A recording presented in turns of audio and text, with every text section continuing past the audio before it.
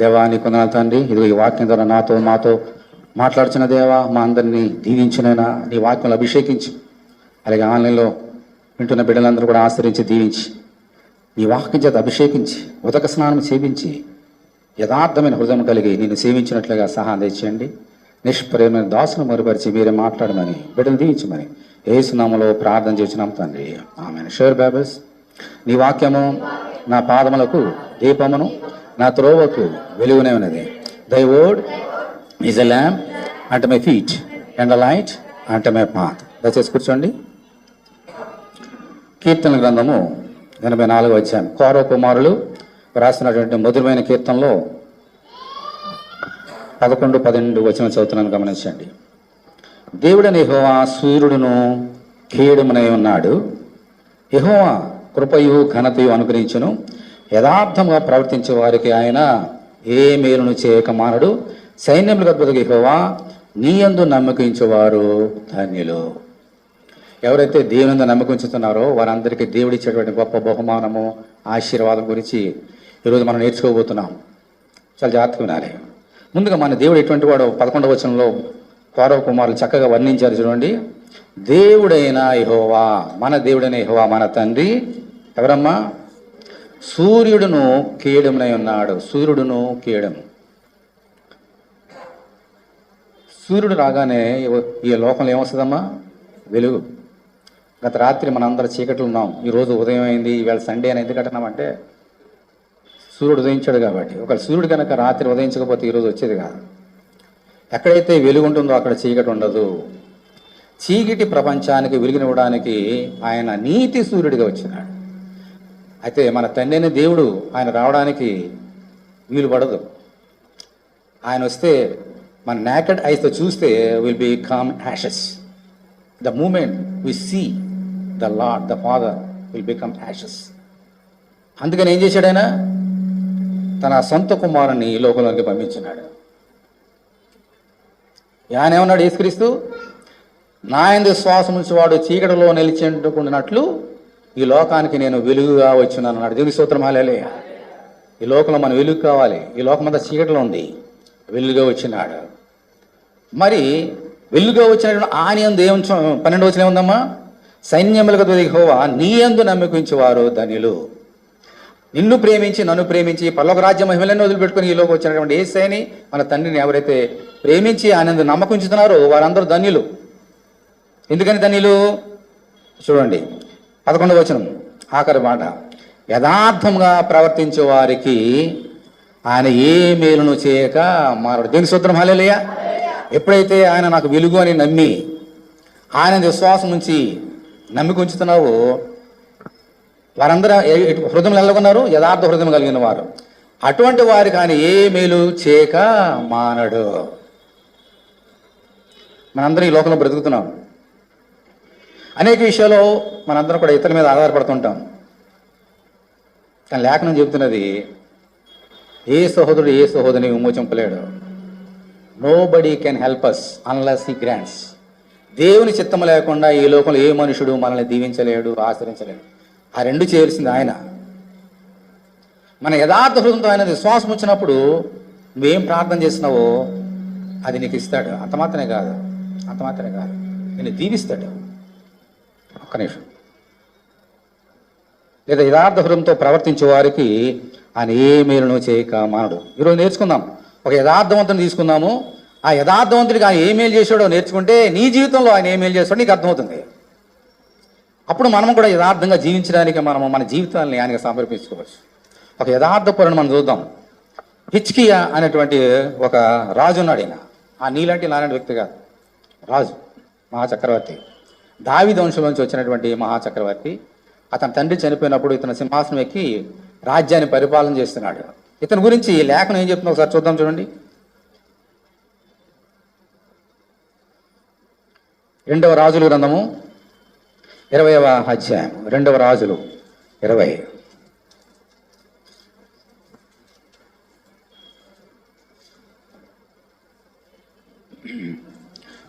మొదటి వచనం. ఆ దినములలో హిజ్కియాకు ఏమైందమ్మా? మరణకరమైన రోగము కలుగగా ఆమోజు కుమారుడును ప్రవక్తునైన యెషయా అతని వద్దకు వచ్చి, నీవు మరణమవుచున్నావు, బ్రతుకవు గనుక నీవు నీ ఇల్లు చక్కబెట్టుకునమని యెహోవా సెలవిస్తున్నాడని చెప్పగా. చాలా జాగ్రత్తగా కొన్ని ఇంపార్టెంట్ మాట ఒకటి ఉంది ఇక్కడ. హిజ్కియా ఉన్నాడు, దేశాన్ని పరిపాలిస్తున్నాడు.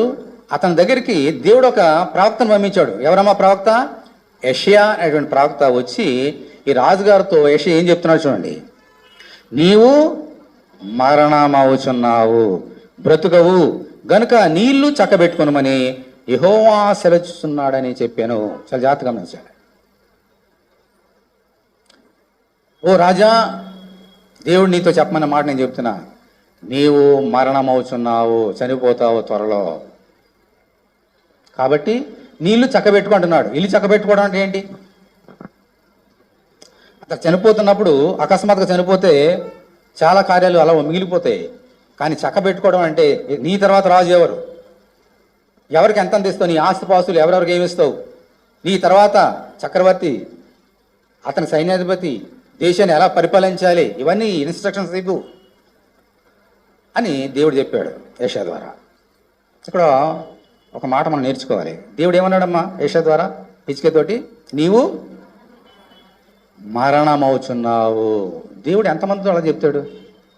మీతో చెప్పాడు ఎప్పుడైనా దేవుడు? నాతో చెప్పలే. ఓ మనుషుడా, రేపేమి సంభవించునో నీకేమి తెలియదు అన్నాడు దేవుడు. ఉడోండం వాట్ హ్యాపెన్స్ టుమారో. టుమారో ఏంటి? ఒక క్షణం తర్వాత ఏం జరుగుతుందో ఉడోండం. ఓ మనుషుడా, రేపేమి సంభవించునో నీకేమి తెలియను. ఇలాగూ నువ్వు మరణమవుతున్నావు అని దేవుడు ఎవరితో చెప్పలే. బైబిల్ గ్రంథం పరిచయం చేస్తే ఒక ఇద్దరు ముగ్గురితో మాత్రమే ఇలాగూ చెప్పాడు దేవుడు. అది ఎవరంటే మోషేతో చెప్పాడు, అహజ్యా అనేటువంటి వ్యక్తితో చెప్పినాడు. తర్వాత ఏలీ కుమార్ తప్పు చేశారు కాబట్టి వారి శిక్ష విధించడానికి ముందు చెప్పాడు అంతే. కానీ దేవుడు ఎవరితోటి ముందుగానే అడ్వాన్స్గా నువ్వు చచ్చిపోతావని చెప్పలే. కారణం ఏంటి? దాని కారణం ఏంటి? ఆది కాండము 27వ అధ్యాయం తీయండి. Genesis 27 chapter. ఆది కాండము 27వ అధ్యాయము. ఇస్సాకు ఏమన్నాడు? లోకానికి ఏం చెప్తున్నాడు చూడండి. అబ్రాహాము కుమారుడు ఇస్సాకు ఏమన్నాడు? మొదటి వచనం. ఇస్సాకు వృద్ధుడై అతని కన్నులు మంద దృష్టి కలిగినప్పుడు అతడు తన పెద్ద కుమారుని ఏశావుతో, నా కుమారుడా అని అతను పిలవగా, అతడు చిత్తము నాయన అని అతనితో అయినను. అప్పుడు ఇస్సాకు, ఇదిగో నేను వృద్ధుడను, ఏమన్నమ్మా తర్వాత, నా మరణ దినము నాకు తెలియదు అంటున్నాడు. అని ఇల్లు చక్క పెట్టుకోవడానికి అవన్నీ కూడా ఏర్పాటు చేస్తున్నాడు. పెద్ద కుమారుని పిలిపించి. ఎవరమ్మీనా? ఇస్సాకు. అబ్రాహాము, ఇస్సాకు, యాకోబుల దేవుడి గురించి మనం నేర్చుకుంటున్నాం కదా. అబ్రాహాము కుమారుడైనటువంటి ఇస్సాకు మామూలు వ్యక్తి కదా, ఆయన దేవుని పేరు పెట్టబడిన వాడు. అబ్రాహాము, ఇస్సాకు, యాకోబు అంటాం. అటువంటి ఇస్సాకు పేరు పెట్టబడిన దేవుడు సేవించినటువంటి ఈ యొక్క భక్తునికి తన మరణం ఏంటో అతనికి తెలియదు. ఇస్సాకు మహాభక్తుడు, అబ్రాహాము కుమారుడు అంటున్నాడు. వృద్ధాపం వచ్చినప్పుడు నేను ఎప్పుడు చనిపోతున్నా నాకు తెలియదు. అయితే ఇక్కడ చూస్తే దేవుడు హిజ్కియాతో చెప్తున్నాడు, నువ్వు చచ్చిపోతున్నావు, మరణం అవుతున్నావు అని చెప్తున్నాడు. ఎందుకోసం? దేవుడు ఏ కారణం లేకుండా ఏమి చేయడు. ఎవరికి చెప్పాలో వాళ్ళకి చెప్తాడు. అందరికీ చెప్పలేదు. ఇందాక చెప్పిన రీతిగా కేవలం ఇద్దరు లేదా ముగ్గురికే చెప్పాడు ఆ మాట. అందులో ప్రధాన వ్యక్తి ఎవరంటే హిజ్కియా. ఎందుకు ఆ మాట చెప్పాడంటే, యుగాంతమందున్న నీకు నాకు కొన్ని సంగతి నేర్పించడానికి ఆ కార్యం చేశాడు దేవుడు. ఇందాక మనం చదువుకున్నాం 84 కీర్తన 11వ వచనంలో ఏమన్నాడమ్మా? యథార్థవంతులకు ఆయన ఏ మేలు చేయక మానడు. అది నువ్వు నేర్చుకోవడానికి, నేను నేర్చుకోవడానికి అక్కడ అలా చేశాడు దేవుడు. ఈరోజు మనం నేర్చుకోవాలి. సరే, హిజ్కియా ఉన్నాడు, ఇజ్రాయెల్ దేశాన్ని పరిపాలిస్తున్నాడు. యెషయా వచ్చాడు, నువ్వు మరణం అవుతున్నావు అని చెప్పాడు. ఓకే, ఇల్లు చక్కబెట్టుకొని చెప్పాడు. చెప్పగా ఏం జరిగింది చూడండి. మళ్ళీ 2వ రాజులు చూడండి. 2వ రాజుల గ్రంథం 20వ అధ్యాయం. మళ్ళీ అక్కడ ఏముంది చూడండి. మళ్ళీ చదువుతున్నా. ఆ దినంలో హిజ్కియాకు మరణకరమైన రోగము కలుగా ఆమోజు కుమారుడును ప్రాప్తునైన యెషయా అతని వద్దకు వచ్చి, నీవు మరణమవుచున్నావు, బ్రతుకువు గనక నీవు నీ ఇల్లు చక్కబెట్టుకోమని యెహోవా సెలవిచ్చున్నాడని చెప్పగా. ఇప్పుడు 2వ వచనం చూడండి. అతడు అంటే ఎవరు? హిజ్కియా.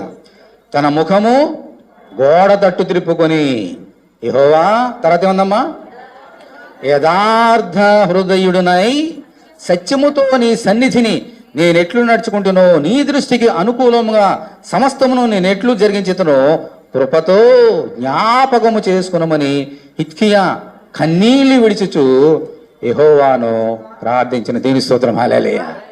దేవుడు చెప్పేశాడు, నువ్వు చనిపోతున్నావు, నీళ్ళు చక్కబెట్టుకో అని చెప్పగానే ఏం చేశాడమ్మా ఆయన? నేనైతే ఏం చేసేవాడంటే, నువ్వేం దేవుడు అయ్యా,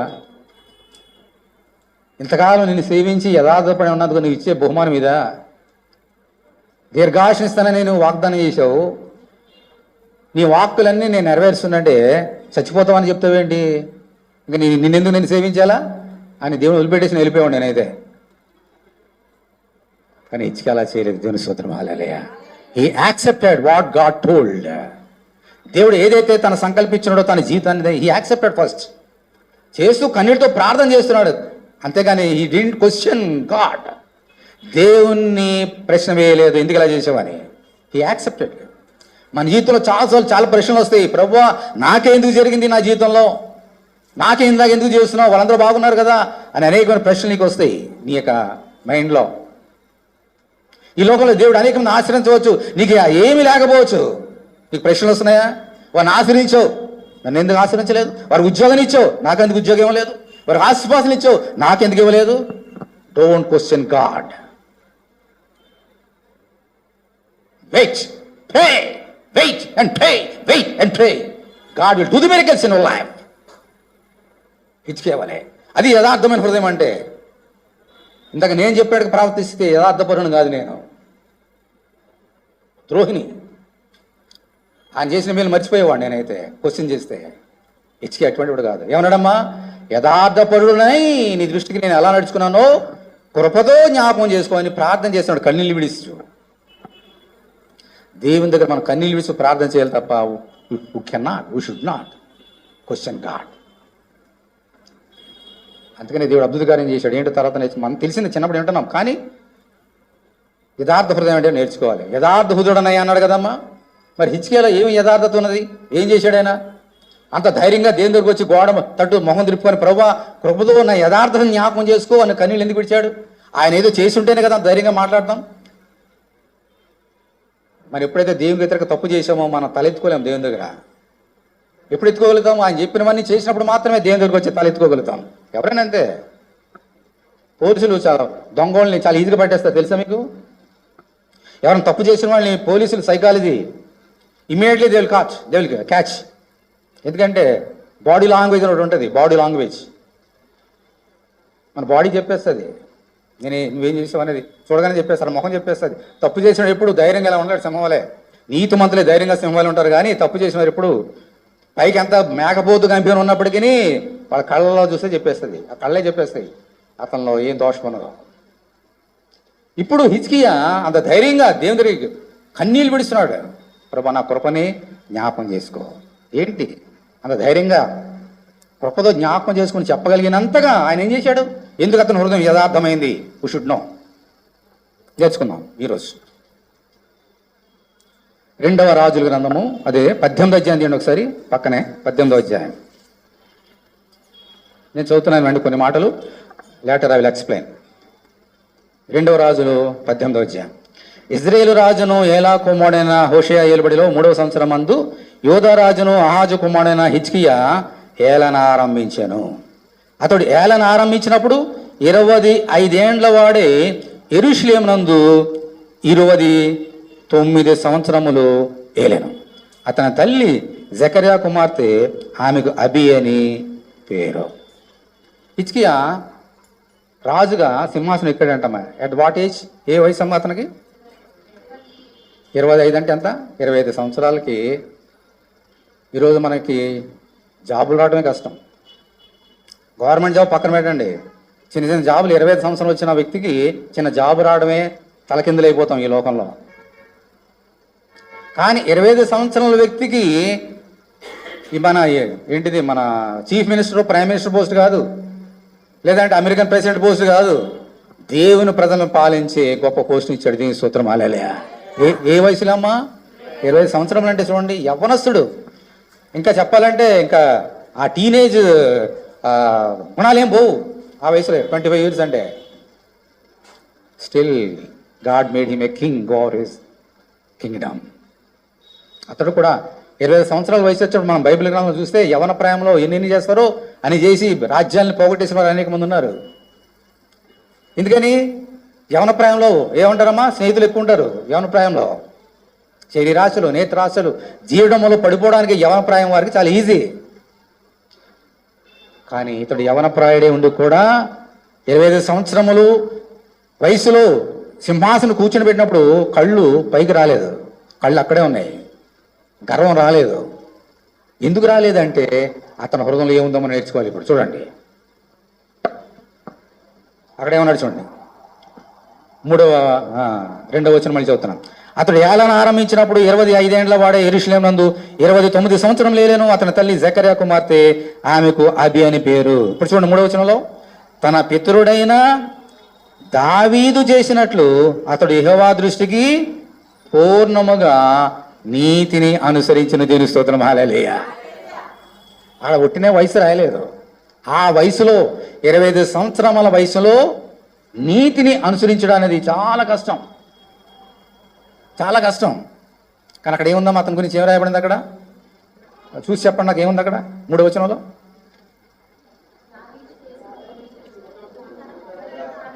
ఎలాగ అనుసరించాడు నీతిని? Praise the Lord. Hallelujah. That is important. పూర్ణముగా దావీదు ఎలాగో దేవుని అనుసరించాడో హిజ్కియా కూడా పూర్ణంగా అనుసరించాడంట. ఇది అతను ఉన్నటువంటి యథార్థత. పూర్ణం అంటే తెలుసమ్మా, సర్కిల్ అని ఇలా ఇదేస్తే పూర్ణం. పూర్ణంగా నీతిని అనుసరించాడు. నీతి అనుసరించడం ఏంటి? దేవుని చెప్పిన మాట వినడమే నీతి. మన సొంత కార్యాల చేత ఆయన నీతి మంత్రుగా దేవుని దృష్టి కాలేం. దేవుడు చెప్పిన మాటలను ఎలా వినాలంట? ఎలా విన్నాడు హిజ్కియా? పూర్ణముగా విన్నాడు. అంటే ఏంటి పూర్ణంగా నీతిని అనుసరించాలంటే అర్థం ఏంటి? అతని హృదయములో దేవునికి తప్ప ఇంకెవరికి స్థానం లేదు. దేవుని స్తోత్రం. హల్లెలూయా. అందుకని పూర్ణం అన్నాడు. దేవుడు మనకి ఎన్ని ఆజ్ఞలు ఇచ్చాడమ్మా? 10 ఆజ్ఞలు ఇచ్చాడు. మనం పూర్ణముగా 10 ఆజ్ఞలు పాటించాలంటే ఏం చేయాలా? 9 పాటిస్తే సరిపోతుందా? 8, 3, 2, 1 దేవుడు లేఖనం చెప్తుందమ్మా. ఎవరన్నా అన్ని ఆజ్ఞలు పాటించి ఒక ఆజ్ఞ విషయంలో తప్పుపోతే అన్నీ తప్పిపోయినట్టంట. నేను 9 పాటించి ఒకటి తప్పిపోయాను అనుకోండి, అన్నీ బాగున్నాయి, అబద్ధాలు చెప్తున్నా, అబద్ధ సాక్ష్యం. ఎన్నిట్లో తప్పోయాను నేను? అన్నిట్లో తప్పోయానంట. మరి నేను పూర్ణంగా దేవుని అనుసరించానా? నేను పూర్ణముగా నీతిని అనుసరించి ఆయనకి ఇష్టమైన పాత్రగా ఉండాలంటే నేనేం చేయాలా? 10 ఆజ్ఞలు పాటించాలా. ఇప్పుడు హిజ్కియా ఏం చేసి ఉండేవాడు అనమాట? ఏం చేశాడనమాట? దేవుడు చెప్పిన ప్రతి మాటను పాటించాడు. కాబట్టి ఈ సాక్ష్యము హిజ్కియా గురించి ఒక మనుషుడు ఇవ్వలేదో, దేవుడు యొక్క లేఖనంలో దేవుడు ఇచ్చిన సాక్ష్యం. అతడు దావీదు ప్రవర్తించాడుగా యథార్థంగా ప్రవర్తించి దేవుని దృష్టికి పూర్ణంగా నీతిని అనుసరించిన మాట అతని గురించి సాక్ష్యం ఒక మనుషుడు కాదు, దేవుడే చెప్తున్నాడు. నా గురించి నేను ఎన్నో సాక్ష్యాలు చెప్పుకోవచ్చు, నా గురించి మనుషులు ఎన్నో చెప్పవచ్చు. ఇవన్నీ ఎన్నిక కావు. దేవుడు చెప్పాలి నీ గురించి సాక్ష్యం, నా గురించి దేవుడు చెప్పాలి. ఈరోజు హిజ్కియా గురించి దేవుడు చెప్తున్నాడు సాక్ష్యం. అది ఎందుకంటే అతని హృదయంలో ఉన్నటువంటి యథార్థత. నా సోదర, నా సోదరి, నీ హృదయంలో పరిపూర్ణమైన విశ్వాసం ఉండి ఆయన చెప్పిన మాటలు అనుసరించినప్పుడు నీ గురించి దేవుడు సాక్ష్యం చెప్తాడు ఈ లోకానికి. హల్లెలూయా. నా గురించి నేను డబ్బాలు కొట్టుకోక్కర్లేదు, దేవుడు చెప్పాలి నా గురించి. హల్లెలూయా, హల్లెలూయా. ఇంకెంత మధురంగా ఆయన కార్యాలు చేశాడు చూడండి.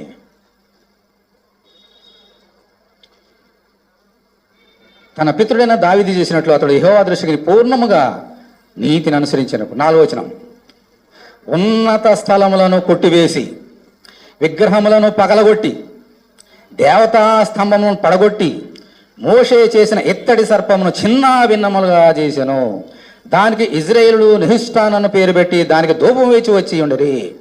అతడు ఇజ్రాయేలుల దేవుడైన యెహోవా యందు విశ్వాసం ఉంచిన వాడు. దేవుని స్తోత్రం. హల్లెలూయా. అతని తర్వాత వచ్చిన యూదా రాజులు, అతని పూర్వీకులైన రాజులను అతనితో సమమైన వాడు ఒకడు లేడు. దేవుని స్తోత్రం. హల్లెలూయా. ఎంత చక్కని సాక్ష్యం అమ్మ అది. ఈ హిజ్కియాతో సాటి అయిన వాడు సమమైన వాడు ఒకడు లేడంట. అర్థమైందా మీకు ఎంత గొప్ప వ్యక్తో హిజ్కియా? ఏం చేశాడు ఆయన? ఉన్నత స్థలంలో ఉన్నటువంటి విగ్రహాలన్నీ పడగొట్టేశాడంట. విగ్రహాలన్నీ పడగొట్టేశాడు. అంటే అక్కడ ఏం జరుగుతుంది? ఇజ్రాయెల్ దేశంలో విగ్రహారం జరుగుతుంది. దేవుడు చెప్పిన 3 ఆజ్ఞలు ఏమిటమ్మా? పై 3 ఆజ్ఞలు, మొదటి 3 ఆజ్ఞలు ఏమిటి? నీ దేవుడైన యెహోవాను నేనే, నేను తప్ప వేరొక దేవుడు నీకు ఉండకూడదు. 2వ ఆజ్ఞ, పైన ఆకాశం అందే అని, క్రింద భూమి అందే కానీ, భూమి క్రింద ఉండే నీళ్ళు ఎందే కానీ ఉండి ఏ పోలికను చేసుకోవద్దు, విగ్రహం చేయవద్దు, సాగిలపడవద్దు, నా నామాన్ని వ్యర్థంగా ఉచ్చరించవద్దు. కానీ వీరేం చేశారు? ఇజ్రాయేల్ అందరూ కూడా విగ్రహాలు పెట్టుకొని ఎక్కడ కొండ కనబడితే ఆ కొండ మీదకి వెళ్ళిపోయి చెట్టు కనబడితే చాలు ఆ చెట్టు కింద విగ్రహాలు పెట్టుకొని పూజించారు వీళ్ళందరూ కూడా. హిజ్కియా రాగానే 25 సంవత్సరముల వయసులోనే ఆసక్తి కలిగి దేవునికి వ్యతిరేకంగా వారు చేసినటువంటి కార్యాలని చెడగొట్టడానికి విగ్రహాలన్నీ చిన్నాభిన్నం చేశాడంట. దేవుని స్తోత్రం హల్లెలూయా. విగ్రహారాధన అనేది చాలా భయంకరమైన పాపం. అందుకనే మొట్టమొదటి ఆజ్ఞలు అవే. అందుకనే దేవుని దృష్టికి హిజ్కియా ఎవరమ్మా? యథార్థపరుడు. ఈరోజు నువ్వు యథార్థపరుడు ఉండాలని ఆశపడుతున్నావా? నువ్వు విగ్రహారం చేస్తున్నావా? ఒకసారి పరీక్ష చేసుకుంటావా? మన భారతదేశం విగ్రహారాధన ఉన్నది. విగ్రహారం చేస్తున్నావా? ఏంటి విగ్రహారాధన అంటే ఏంటి? ఒక బొమ్మ ముందు సాగపడడం విగ్రహారాధన కాదు. క్రైస్తవులను మనం చాలా తప్పు చేసి ఇదే విగ్రహారాధన. విగ్రహారాధన అంటే అన్యులు చేసినట్టు కాదు. అది విగ్రహారాధన అంటే అది ఫిజికల్గా వాళ్ళు చేశారు. ఏంటి విగ్రహారాధన అంటే ఏమిటి? ప్రభు చెప్పాడు, ఎస్, నాకంటే ఎక్కువగా తల్లిదండ్రులనైనను, అన్నదమ్ములనైనను, అక్క చెల్లెలనైనను ఎవరైనా ప్రేమిస్తేవాడు నాకు పాత్రుడు కాడు. మీరు ధనమును నన్ను ప్రేమించలేరు అంటే దాని అర్థం ఏంటి? దేవుని కంటే ఎక్కువగా మనం ఎవరిని దేనిని ప్రేమించకూడదు. ఒకవేళ దేవుని కంటే నేను ఎక్కువగా ఎవరిని ప్రేమించినా అది నా హృదయంలో ఎలా ఉంటుంది? అది విగ్రహము. నేను ధనాన్ని ప్రేమిస్తున్నానా? నా హృదయంలో విగ్రహం వచ్చేస్తుంది. ఒక మనిషిని ప్రేమిస్తున్నానా? అతను వచ్చి నా హృదయంలో ఉంటాడు. మరి పూర్ణంగా ఎలాగ సేవించగలుగుతాను దేవుణ్ణి? పూర్ణంగా అంటే నా హృదయంలో యేసుకి తప్ప ఇంకెవరికి స్థానం ఉండకూడదు కదా. ఇవన్నీ వచ్చేస్తుంటే నా దేవుని పూర్ణముగా ఇచ్చేవాలే యథార్థముగా ఎలాగో సేవించగలను? ఈరోజు మనం పరీక్ష చేసుకోవాలి. అలా చేస్తే నీకు ఏ మేలు చేయక మానవుడు దేవుడు. మన జీవితంలో ఒకసారి మేలుని తప్పిపోతుంటాం, పోగొట్టుకుంటుంటాం. ఎందుకంటే బికాస్ ఆఫ్ దిస్ రీజన్, మన హృదయంలో ఆయనకి పూర్ణంగా స్థానం లేకపోవటం వలన. నీ హృదయంలో కనుక యేసుక్రీస్తుకి పూర్ణ స్థానం ఇచ్చావా, you can reach your target with no time. Hallelujah. నువ్వేది ఆశిస్తున్నావో అది ఇవ్వగలుగుతాడు. మరి ముఖ్యంగా నువ్వు అడుగు వాటికంటే, నువ్వు ఊహించి వాటికంటే ఎక్కువగా నిన్ను దీవించగలుగుతాడు దేవుడు. If you fail in target, reaching the target, you have to check your heart. నీ హృదయంలో దేవుని కంటే ఎక్కువగా ఎవరికైనా స్థానాన్ని ఇస్తున్నావా? పరీక్ష చేసుకోవాలి ఈరోజు. అలాగిస్తే you will miss the target. హిజ్కియా మిస్ కాలేదు, నేర్చుకుందాం తర్వాత. నీ హృదయంలో దేవుని కంటే ఎక్కువగా అది ఎవరైనా సరే ప్రేమిస్తే తీసేద్దాం. రెండోది ఏం చేశాడమ్మా? అక్కడ ఏం చేశాడు చూడండి. మళ్ళీ రెండో కార్యం ఈరోజు చాలా శ్రేష్టమైన సంగతి. అక్కడ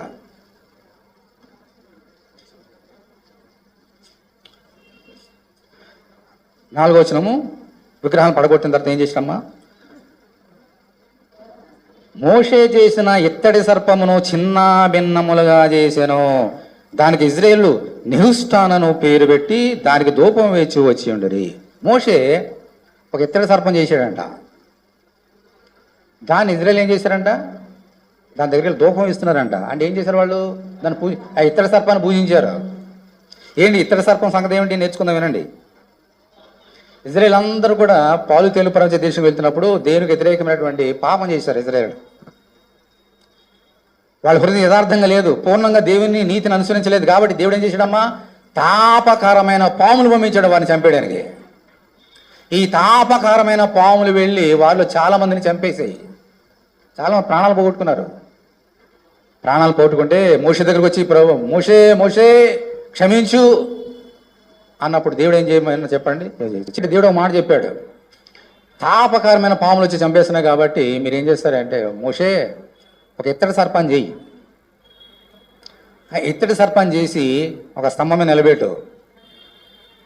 ఎవరైతే వచ్చి పాము కాటు వేసిన వచ్చి నిదానించి చూస్తాడో, నిదానించి చూసినప్పుడు వాడు ఎంతటి వాడైనా ఎంత విషం ఎక్కినా కూడా అతడు చనిపోక బ్రతుకుతాడని చెప్పాడు. వెంటనే మోషే ఏం చేశాడమ్మా? ఆ ఇత్తడి సర్పాన్ని చేసి అక్కడ పెట్టాడు. పెట్టగానే అందరూ ఎవరైతే పాము కాటు వేసిందో వాళ్ళందరూ వచ్చి బ్రతికారు. ఆ ఇత్తడి సర్పం అలా ఉండిపోయింది. వీళ్ళందరూ పాలు తేలిన ప్రదేశం వెళ్ళిపోయారు. ఆ స్థలంలో అక్కడ అలా ఉండిపోయింది. ఆ తర్వాత మోషే చనిపోయినాడు. తర్వాత వచ్చినటువంటి యెహోషువ చనిపోయినాడు. చాలామంది పెద్దలు, న్యాయాధిపతులు అందరూ చనిపోయినారు. దావీదు వచ్చాడు, సొలొమోను వచ్చాడు. అప్పుడు ఈ ఇజ్రాయేల్ అందరూ ఏం చేస్తున్నారంటమ్మా, అమ్మా ఈ సర్పము మా పితలకు ప్రాణాలని రక్షించింది కాబట్టి ఇది ఎవరిది, మామూలు ఇత్తడి సర్పం కాదు, ఇది దేవత, దేవుడని ఇంకా పూజించడం మొదలుపెట్టారంట. ఇన్ని సంవత్సరాలు అయిపోయింది. ఆ తర్వాత దావీదు వచ్చాడు, సొలొమోను వచ్చాడు, అనేక మంది వచ్చాడు, కానీ ఎవరు దానిని ఏమీ చేయలేకపోయారు. ఆ ఇత్తడి సర్పం అలాగే ఉంది. కానీ హిజ్కియా ఏం చేశాడమ్మా, అక్కడ ధూపం వేసి దేవునికి ఇవ్వవలసినటువంటి ధూపాన్ని, దేవునికి ఇవ్వాల్సిన మహిమని ఈ యొక్క సర్పానికి ఇస్తున్నారని చెప్పేసి ఏం చేశాడమ్మా, దాన్ని చిన్నాభిన్నం చేసాడంట. దానికి ఎంత ధైర్యం కావాలో ఒకసారి ఊహించండి మీరు. ఎప్పుడో పితరులు మోషే ద్వారా నిలబెట్టినటువంటి ఆ సర్పం, ఇత్తడి సర్పాన్ని, పైగా అతని ముందు ఎంతో రాజులు వెళ్ళిపోయారు, దావీదు వంటి మహాచక్రవర్తులు వెళ్ళిపోయారు. వారు చేయలేనటువంటి కార్యాన్ని ఈ 25 సంవత్సరాల వయసు గల వాడు చేయడానికి ఎంత ధైర్యం కావాలి? Just think. మన పిల్లలు ఏమైనా ఇంట్లో పెట్టామనుకోండి, ఏదైనా సరే బయట పాడేస్తాం ఈజీగా, అమ్మ పాడేస్తే ఇంకా మళ్ళీ ఏమంటారు అని చెప్పి అలా పెడతాం. కానీ మన చచ్చిపోయేవారికి అలాగే ఉంటాయి కొన్ని. చాలా అమ్మ మా పిల్లలు పెట్టాడు, వాళ్ళు పెట్టారు, వీళ్ళు పెట్టారు అని చెప్పేసి చాలా మనము అనవసరం కూడా పితలు పెట్టారు కదా, పితలు చేయమన్నారు కదా అని చేసేస్తూ ఉంటాం. కానీ అందులో సత్యం ఉందా, నిజం ఉన్నదా, దేవుడు ఉన్నాడా, మనం పట్టించుకోం. అందుచేత దేవుడు చెప్పినటువంటి మాట, ఆ యొక్క మోషే కాలంలో అతడు చేసినటువంటి ఈ కార్యాన్ని ధైర్యంగా పూనుకొని నా దేవుడికైనా కార్యం చేయాలని చెప్పేసి దాన్ని చిన్నాభిన్నంగా మార్చేసాడంట. దేవుని స్తోత్రం, హల్లెలూయా హల్లెలూయా. అంటే ఏం చేశాడమైనా, అతని దేశంలో ఉన్న విగ్రహారాధనని ఈ హిజ్కియా చక్రవర్తి ఏం చేశాడమ్మా, వెళ్ళగొట్టేశాడు. అతనికి చాలా ధైర్యం కావాలి. అందుకనే పూర్ణముగా నీతిని అనుసరించినటువంటి చక్రవర్తి ఎవరమ్మా, హిజ్కియా. తర్వాత మళ్ళీ చూడండి, 2వ రాజుల గ్రంథము 18వ అధ్యాయం. 2వ రాజులు 18వ అధ్యాయము 6వ వచనం. అతడు ఏం చేశాడమ్మా, యెహోవాతో హత్తుకొని ఆయన వెంబడించటంలో వెనుకతీయక ఆయన మోషేకు ఆజ్ఞాపించిన ఆజ్ఞలన్నిటినీ గైకొనుచుండెను. కావున యెహోవా అతనికి తోడుగా ఉండెను. తాను వెళ్ళిన చోటనెల్లా అతడు జయము పొందెను. అతడు అష్షూరు రాజునకు సేవ చేయకుండా అతని మీద తిరగబడెను. మరియు గాజా పట్టణం వరకు, దాని సరిహద్దుల వరకు కాపల గుడిసెలందేమి, ప్రాకారముగా పట్టణం ఎందేమి అంతటను అతను ఫిలిష్తీయులను ఓడించిన. దేవుని స్తోత్రం, హల్లెలూయా. ఏముందమ్మా అక్కడ, తన జీవితకాలం అంతా కూడా ఎవరిని హత్తుకున్నాడు, దేవుని హత్తుకున్నాడు. దేవుడిచ్చిన ఆజ్ఞల్ని హత్తుకున్నాడు కాబట్టి దేవుడు అతనికి తోడుగున్నాడు. అర్థమైందా సీక్రెట్? దేవుడు హిజ్కియాకి తోడుగున్నాడు. ఎందుకు తోడుగున్నాడంటే అతడు దేవుడిచ్చినటువంటి ప్రతి ఆజ్ఞల్ని పాటించి ఎవరిని హత్తుకున్నాడమ్మా, దేవుని హత్తుకున్నాడు. కాబట్టి దేవుడు ఏం చేశాడమ్మా, అతను తోడుగున్నాడంట. అంటే ఏం చేశాడు దేవుడు చెప్పాలి మీరు, దేవుడు ఏం చేశాడు? మళ్ళీ చెప్తాను వినండి. హిజ్కియా విగ్రహాన్ని చిన్నాభిన్నం చేసి, ఆ ఇత్తడి సర్వం చిన్నభిన్నం చేసేసి, పూర్ణ హృదయంతో యథార్థంతో దేవుని సేవించి ఏ దేవుణ్ణి ఏం చేశాడమ్మా, హత్తుకున్నాడు గనుక దేవుడు అందరికి తోడై ఉండెను. అంటే what does it mean? Praise the Lord, hallelujah. Praise the Lord, hallelujah. That is the meaning. Hezekiah దేవుని ఎలా హత్తుకున్నాడో ఇప్పుడు దేవుడు హిజ్కియాని హత్తుకున్నాడు. దేవుని స్తోత్రం, హల్లెలూయా హల్లెలూయా. అంటే దేవుని యొక్క కౌగిలిలో హిజ్కియా ఉన్నాడు. దేవుని స్తోత్రం, హల్లెలూయా. దేవుడు మనం హత్తుకుంటే మనకి ఏంటమ్మా, అందుకంటే ఏమన్నాడు, కేయడం. ఇంకెవరు వస్తారు మనకు? కేయడం అంటే ఇంకా ఆయన చుట్టూ ఉంటాడు అంతే. ఎవడు సైతానుడు కాదు కదా, ఎవరు చుట్టూ కంచి వేస్తారు అంతే. నో బడీ కెన్ ఎంటర్ మన దగ్గరికి రావడానికి. అంతగా హత్తుకొని ఉంటాడంట మనల్ని. అర్థమైందా? అంటే దేవుడు మనం హత్తుకుంటే ఈ లోకంలో ఏం కొదువు చెప్పండి మీరు. దేవుడు మనం హత్తుకుంటే ఈ లోకంలో మనకి ఏం కొదువా? లేఖనంలో చెప్పిన రీతిగా ఒక భార్య భర్త ఇద్దరు కూడా హత్తుకుంటారు. ఆ దేవుడు ఏర్పాటది. ఇది సంఘం అంటే ఏంటి? యేసుక్రీస్తు పెళ్లి కుమారుడికి భార్య సంఘం అంటే. యేసుక్రీస్తు పెళ్లి కుమారుడు. మనం ఎవరితో హత్తుకుని ఉండాలమ్మా? మన పెండ్లి కుమారుడైన యేసుక్రీస్తుని మనం హత్తుకుని ఉండాలి. అప్పుడు ఆయన మనం హత్తుకుంటాడు. ఆయన ప్రేమించకుండా ఈ లోకంలో మనం దేన్ని ప్రేమించినా మనం విగ్రహారం చేస్తాము, మనం విడిచిపెట్టేసి ఆయన వెళ్ళిపోతాడు. We need to love the Lord with all our hearts and mind and power, with our spirit. ఇలా ఉన్నాడు హిజ్కియా. అందుకని దేవుడే హత్తుకున్నాడు. కాబట్టి ఏం జరిగింది? ఎవరు ఓడించలేకపోయారంట. ఎంతమంది శత్రువులు యుద్ధానికి వెళ్ళినప్పటికీ ఎవరు ఓడించలేరు. పైగా అశ్షూరు చక్రవర్తి, బాగా ఆ రోజుల్లో అశ్షూరు సామ్రాజ్యం చాలా భయంకరమైన సామ్రాజ్యం, ప్రపంచాన్ని జయించినటువంటి అశ్షూరు సామ్రాజ్యం మీద కూడా ఎదురు తిరిగాడు హిజ్కియా. నీకు నేను ఎందుకు లోపడాలి, నా దేవుని లోపడతా అని చెప్పేసి అతను ఎదురు తిరిగాడు. అంత ధైర్యం వచ్చేసింది ఆయనకి. వై? గాడ్ వాజ్ విత్ హిజ్కియా. ఈరోజు నిన్ను దేవుడు హత్తుకుంటే ఈ లోకంలో ఏ మనుషుడు, ఏ శక్తి నిన్ను ఏమీ చేయలేదు నా సోదరుడు, నా సోదరే. దేవుడు నిన్ను హత్తుకోవాలి, దేవునికి తోడుగా ఉండాలి. అలా చేయాలంటే హిజ్కియా వలె నీ హృదయం ఎలా ఉండాలమ్మా? యథార్థంగా ఉండాలి. ఇప్పుడు హిజ్కియా ఎంత యథార్థంగా ఉన్నాడో నేర్చుకున్నాం. ఇప్పుడు ఇంకో సంగతి నేర్చుకున్నాం లాస్ట్ అండ్ ఫైనల్గా. యథార్థంగా ఆయన నుండి వారికి ఆయన ఏ మేలు చేయగా మారడు. ఏ మేలు చేసేయడానికి చూద్దాం. ఇప్పుడు చూడండి, మళ్ళీ చూడండి 2వ రాజుల గ్రంథము 20వ అధ్యాయం. 2వ రాజులు 20.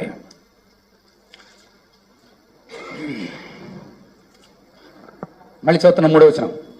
యెహోవా యథార్థ హృదయుడనై సత్యముతో నీ సన్నిధిని నేను ఎట్లు నడుచుకుంటునో, నీ దృష్టికి అనుకూలంగా సమస్తము నేను ఎట్లు జరిగించుదునో కృపతో జ్ఞాపకము చేసుకునుమని హిజ్కియా ఏం చేశాడమ్మా? కన్నీళ్లు విడిచుచు యెహోవాను ప్రార్థించాను. ఇప్పుడు 4వ వచనం చూడండి. యెషయా నడిమిషాల్లో నుండి అవతలకు వెళ్ళక మునిపే యెహోవాకు అతను ప్రత్యక్షమై ఇలాగూ సెలవిచ్చాను, నీవు తిరిగి నా ప్రజలకు అధిపతి అయిన హిజ్కియా వద్దకు పోయి అతనితో ఇట్లనము, నీ పితరుడైన దావీదునకు దేవుడికి యెహోవా నీకు సెలవిచ్చినదేమనగా, నీవు కన్నీళ్లు విడిచుట నేను చూచుతుని. దేవుని స్తోత్రం. హల్లెలూయా, హల్లెలూయా.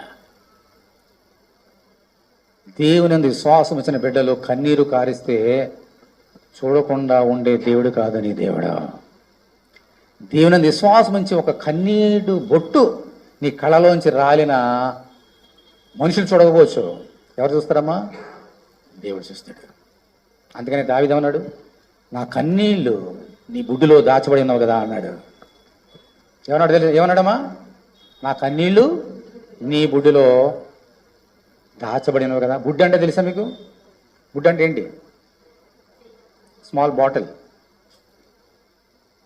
ఆ బాటిల్లో ఏమున్నాయంట? చెప్పండి, టాక్ టు మీ.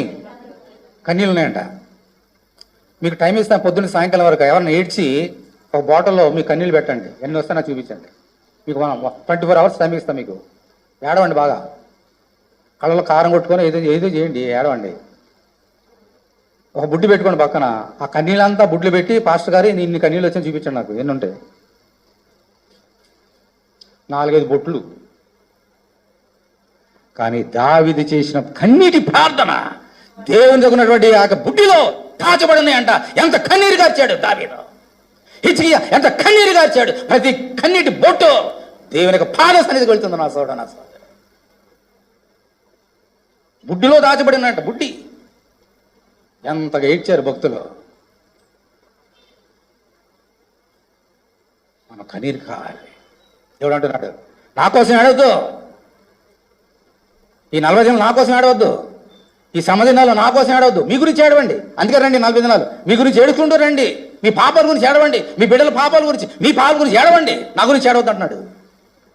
ఈ 40 దినాల్లో బుడ్డి నిండిపోవాలి నీ కన్నీటితోటి, నీ పాపాలు కన్నీటితోటి. ప్రభువా క్షమించు, క్షమించు. అప్పుడు నేను హత్తుకుంటాడు దేవుడు. ఎప్పుడొస్తే కన్నీరు? పశ్చాత్తాపం పొందినప్పుడు. దేవా నేను పాపి నేను ఒప్పుకున్నప్పుడు ఆ కన్నీరు ఆ బుడ్లోకి వెళ్తాయి. నా సోదరుడా, నా సోదరి, ప్రతి కన్నీటి బొట్టిని ఆయన తృణీకరించగా చూసే దేవుడు నీ దేవుడు. అందుకని దేవుడు అంటున్నాడు, ఆయన ఇస్తున్న సాక్ష్యం, నీవు కన్నీళ్లు విడిచుట నేను చూసి తిని. దేవుని స్తోత్రం. హల్లెలూయా.